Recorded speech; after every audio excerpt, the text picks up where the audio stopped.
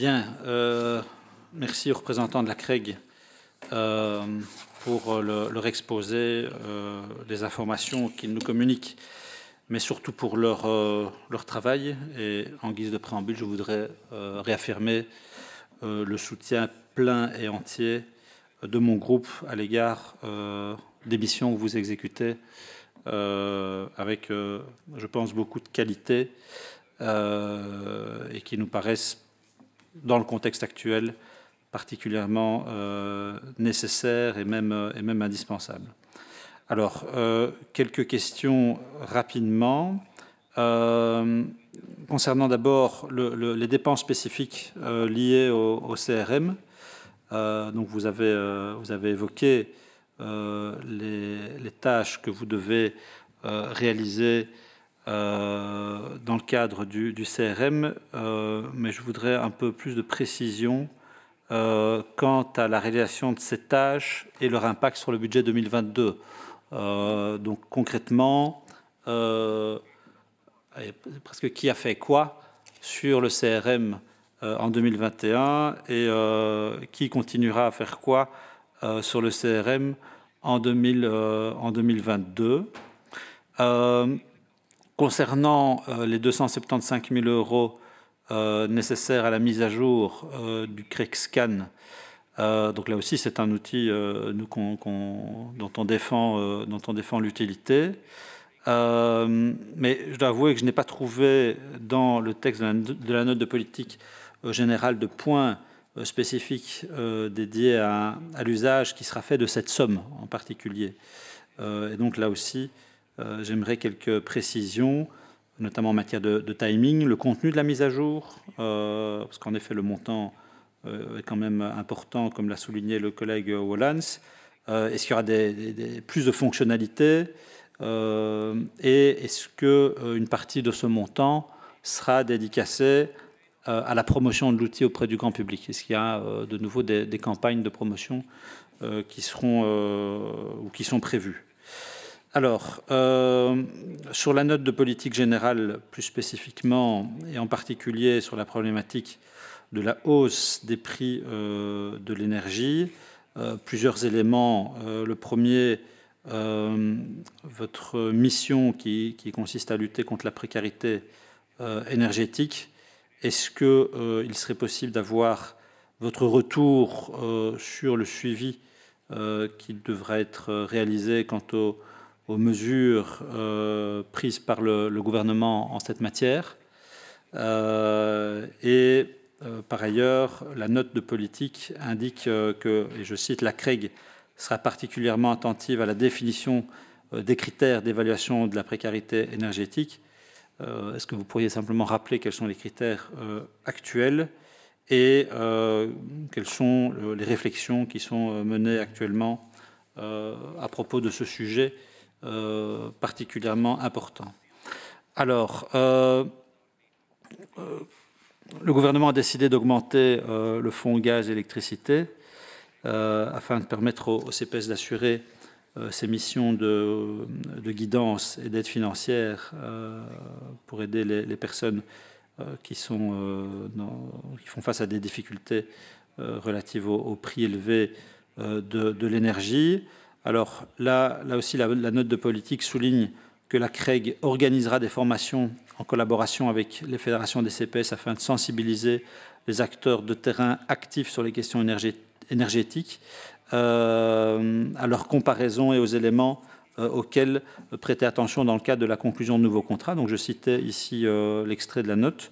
Est-ce que nous pourrions savoir si cette initiative concernera l'utilisation du fonds gaz et électricité par les CPS et de manière générale si des mesures supplémentaires sont envisagées en vue de favoriser la transparence des informations relatives à l'évolution des prix du gaz et de l'électricité au profit de nos concitoyens? Alors, hier soir, la presse faisait état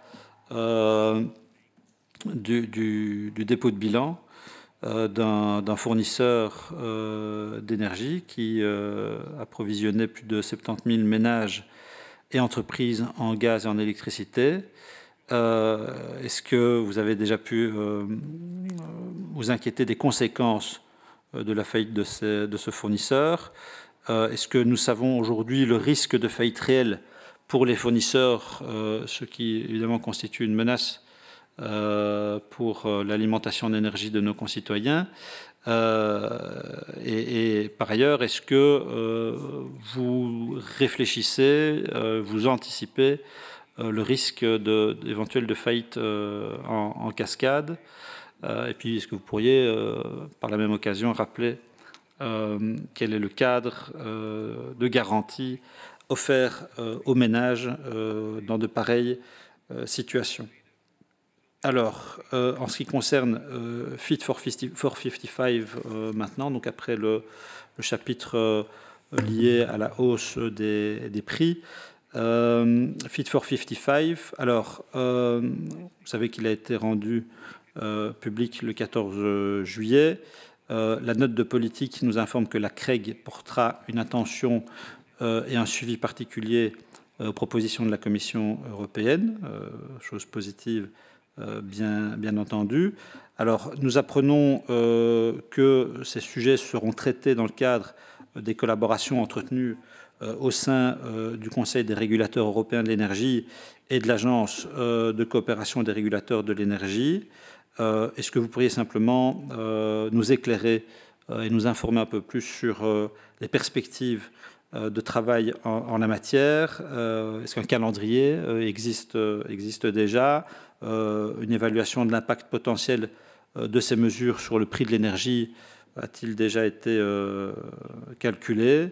Alors, l'étude de la CREG du 24 septembre sur l'augmentation des prix de l'électricité et du gaz en Belgique souligne qu'en raison de la diminution progressive des quotas de CO2 mis sur le marché, voilà, tout ça aura forcément un impact sur les prix des particuliers. L'étude ajoute que les prix sur le marché belge de l'électricité bénéficient de la haute disponibilité de l'énergie nucléaire et à ce titre sont inférieurs à ceux de nos voisins. Est-ce qu'une estimation de la situation dans les années à venir, compte tenu notamment des investissements prévus par le gouvernement en matière de renouvelables et du CRM, a-t-elle été effectuée?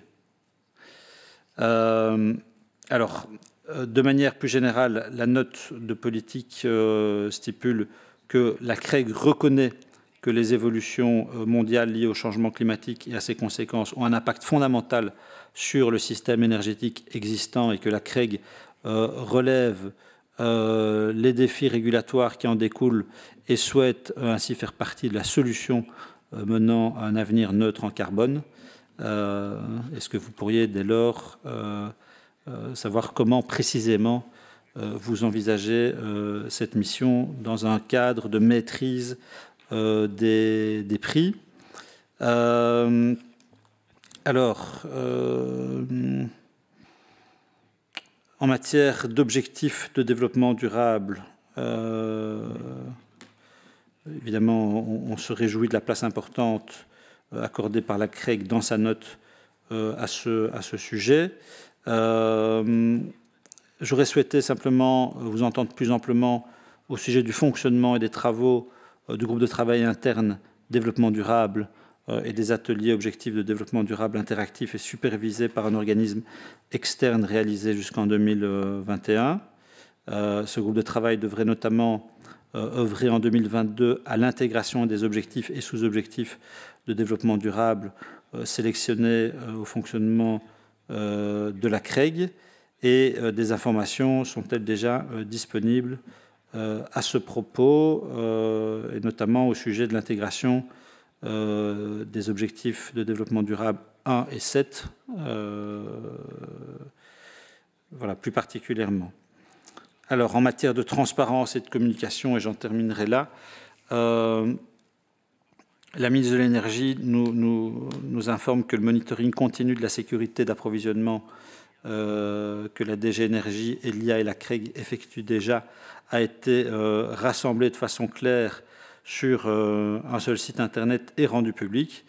Et nous avons déjà eu l'occasion de souligner la nécessité de présenter les informations fournies aux citoyens en la matière de manière plus claire et plus accessible. Et votre note mentionne à de nombreuses reprises les travaux de suivi réalisés à ce sujet, au contraire de la transition de ces informations à la population.